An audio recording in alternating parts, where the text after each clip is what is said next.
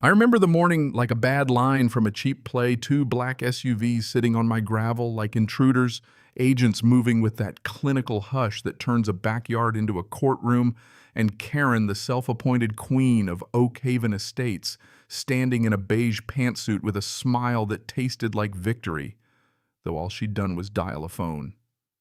They had Hector in cuffs. Hector, who'd taught my son how to graft a pear tree and who'd been with my family for 20 years. And for a breathless second, the world narrowed to the sound of handcuffs closing and the stupid, sick idea that someone could call federal power down on a man because she didn't like the look of him.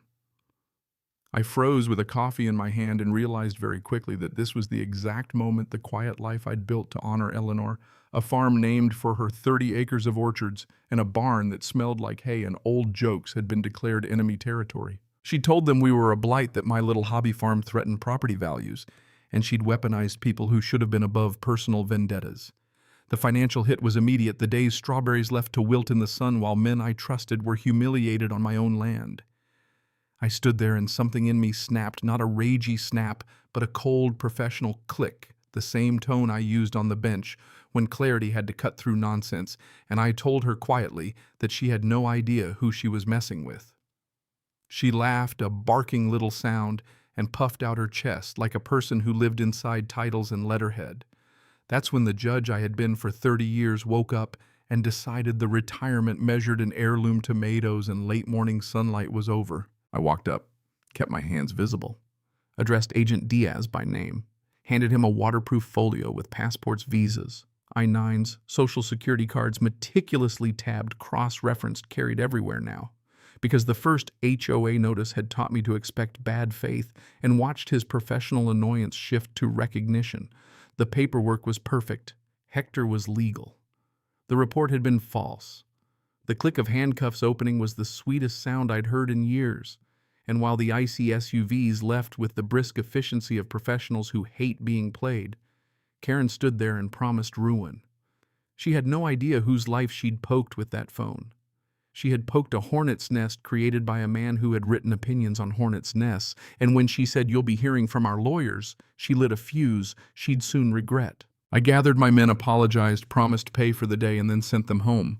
I walked the boundary fence that separated my grove from her sea of beige stucco, and started doing what I'd done for a living for decades: document, organize, control the initial chaos. I took photos of wilting strawberries, of the tire tracks, of the hackles on my heart. I walked into my little office that night and wrote one name at the top of a legal pad and drew a line beneath it: Karen. The first volley she fired, a certified letter demanding an emergency assessment of $5,000 to cover the costs her ICE stunt had created, was so audacious I almost admired the gall. Then came fines for dandelions, for a delivery truck, even for the odor of premium compost. Paperwork as a machine gun spray, and prey harassment intended to make people pay and shut up. I didn't pay. I read their bylaws like a man marking up briefs. I started asking for hearings, forcing them to follow their own procedures, clogging their little system until every violation they'd listed required a formal hearing, with minutes, a paper trail they couldn't pretend didn't exist. And then I did what I always loved doing most: discovery. I invoked bylaw 14.7 and demanded to inspect financial records for 3 years, receipts, invoices, bank statements, ledgers, everything.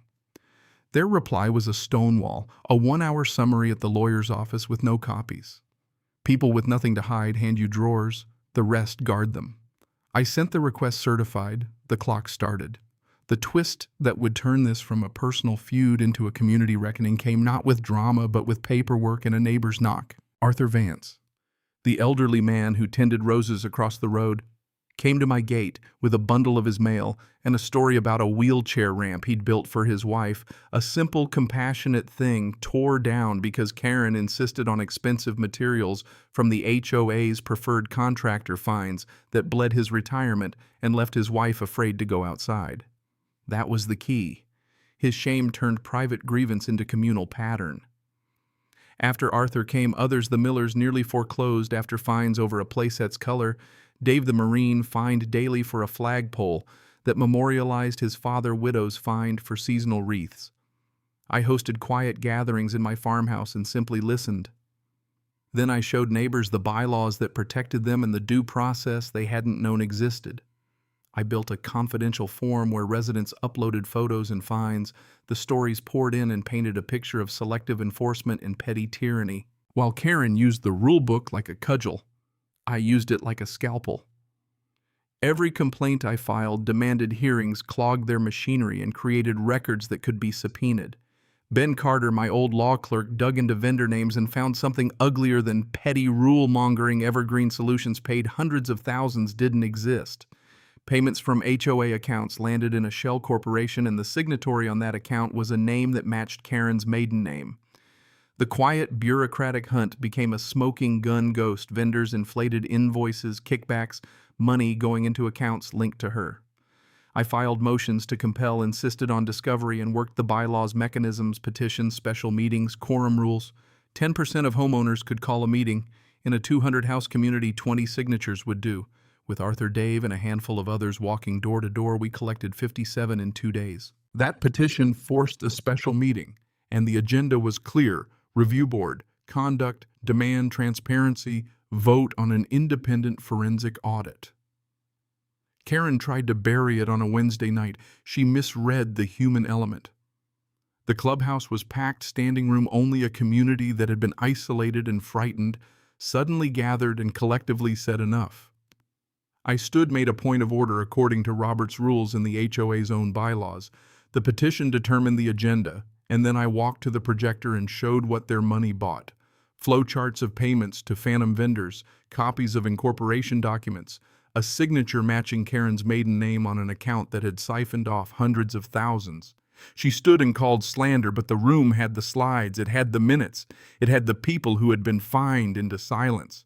When I asked for a vote to suspend the board and order a forensic audit, an ocean of hands shot up. The nervous board members raised their hands too, succumbing to the weight of evidence and peer pressure. The meeting descended into what felt like revolution, and Karen fled through a crowd that shouted, "Thief!" a moment of cathartic chaos that felt almost biblical. The aftermath was swift. A temporary oversight committee froze accounts. The forensic audit found systematic siphoning through fake contractors, inflated invoices, kickbacks to shell entities over $500,000 over 5 years. The civil suits followed. The amended complaint read like a racketeering indictment. I called the U.S. attorney, recused myself from any official involvement, and laid out the evidence as a private citizen. 2 weeks later, the FBI arrived at Karen's house with search warrants, not my gate, and hauled out boxes into dark sedans. The sight of that woman, once a manner of petty edicts, standing on her immaculate lawn in a bathrobe while agents searched her computers, felt surreal and just. She was indicted on counts for racketeering, wire fraud, mail fraud, money laundering, and making false statements to federal officers. Cronies flipped and agreed to testify. The insurance refused coverage. Her assets were seized. In court, she pleaded guilty to a reduced set of charges, was ordered to pay restitution, and ultimately lost the house she had used as a throne. Justice in this case was not a lightning strike. It was a process, meticulous paperwork-based, boring to watch until it was over, but relentless.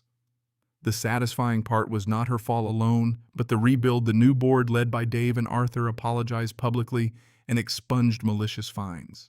They hired a forensic firm to recover funds and committed to audits and transparency going forward. We hosted a harvest day at Eleanor's Grove.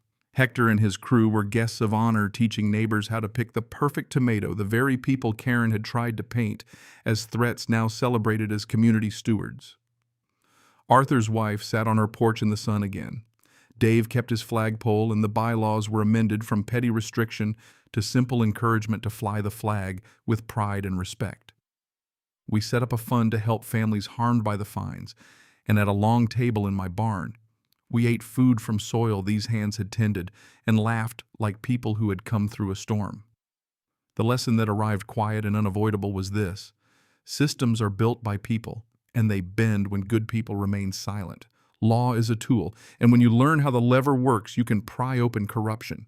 Justice isn't melodrama, it's paperwork persistence, and the courage to turn private shame into public record so the truth can be seen. Eleanor would have liked how it ended. The farm thrived, the pumpkins were fat, and the community learned to speak to one another again. If you've ever been victimized by someone drunk on a little power, tell us what happened. Was it courage or fear that stopped you? And where do you draw the line between standing up and escalating a fight? Share your story below and tell us, was this justice or revenge, and where would you draw the line?